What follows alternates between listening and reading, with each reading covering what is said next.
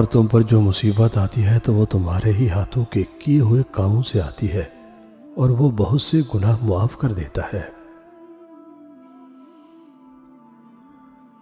دنیا میں دو چیزیں کبھی نہیں بکتی، ایک دوستی اور دوسرا پیار، اگر سچا ہو تو۔ شیخ سعدی سے کسی نے پوچھا حال کیسا ہے؟ شیخ صاحب نے جواب دیا، اللہ کی نعمتیں کھا کھا کر دانت ٹوٹ گئے، مگر زبان اس کی ناشکری سے باز نہیں آتی۔ اگر خواتین کو لگتا ہے کہ مرد ان پہ ظلم کرتے ہیں تو بطور ماں اپنے بیٹوں کی بہترین تربیت کریں۔ دن کی روشنی میں رزق تلاش کرو اور رات کو رزق دینے والے کو تلاش کرو۔ جس چاؤں سے عزت نفس زخمی ہو اس چاؤں سے دھوپ ہی بہتر ہے۔ اللہ کے دیے ہوئے میں سے دیا کرو، تم نے کون سا اپنے پلے سے دینا ہوتا ہے۔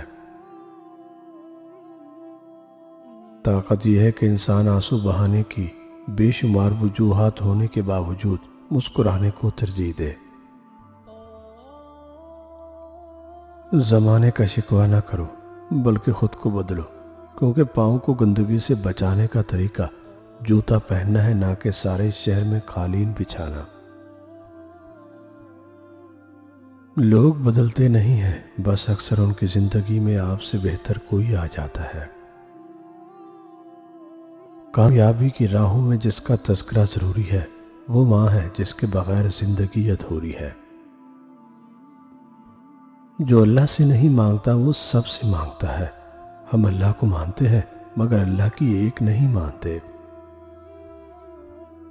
دولت اور حسن کی لالچ میں کبھی اپنی سیرت خراب مت کرنا، کیونکہ دولت دنیا میں ہی ختم ہو جائے گی اور حسن مٹی میں دفن ہو جائے گا، لیکن اچھی سیرت آخرت تک تمہارا ساتھ دے گی۔ رسول اللہ صلی اللہ علیہ وسلم نے ارشاد فرمایا، جنت میں وہ شخص نہیں جا سکے گا جس کا پڑوسی اس کی شرارتوں اور تکلیف سے محفوظ نہ ہو۔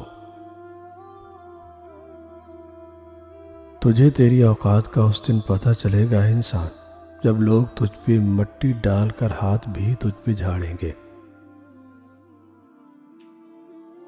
میں نے اپنی زندگی کا ہر فیصلہ اللہ تعالیٰ پر چھوڑ دیا ہے، اور بے شک میرے اللہ نے مجھے کبھی مایوس نہیں ہونے دیا۔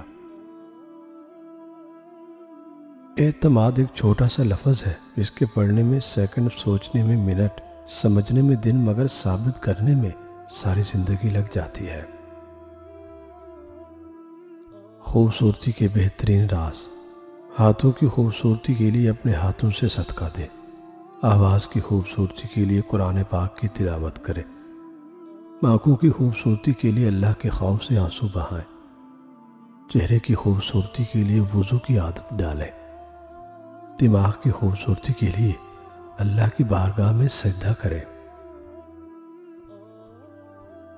ہمیں تو قبرستان میں جاتے ہوئے بھی السلام علیکم کہنے کی تعلیم دی گئی ہے، پھر پتہ نہیں ہم میں یہ ضد، انا، اکڑ اور بے وقوفی آ گئی ہے کہ زندہ لوگوں کو بھی سلام نہیں کرتے۔